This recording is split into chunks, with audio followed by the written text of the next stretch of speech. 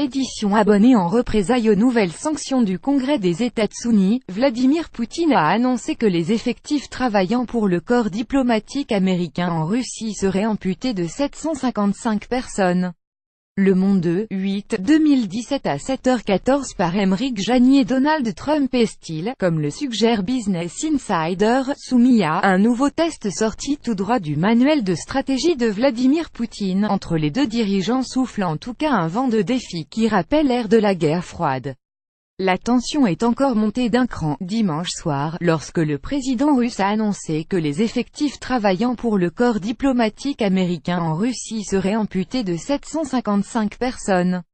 Sur la chaîne publique Rossiya 1, l'homme fort du Kremlin a précisé que ces personnes diplomates et employés locaux rattachés à l'ambassade de Moscou, ainsi qu'au consulat de Saint-Pétersbourg, Ekaterinbourg, Oural et Vladivostok Extrême-Morin seraient priés de quitter le territoire national d'ici au 1er septembre.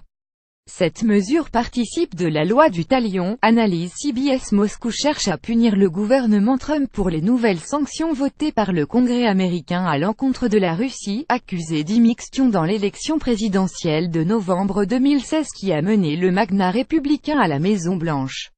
En un sens, estime Bloomberg, ces sanctions sont une aubaine pour Poutine car elles servent sa cause intérieure et son discours sur l'Occident hostile. L'heure n'est plus aux pourparlers onctueux, mais au face-à-face viril. Vladimir Poutine, d'ailleurs, ne s'en est pas caché. J'ai décidé qu'il était temps pour nous de montrer que nous n'avons pas l'intention de rester passifs par rapport au comportement des Américains, a-t-il lancé sans ciller. Une déclaration abrupte, après des mois d'apparente urbanité, observe le Los Angeles Times.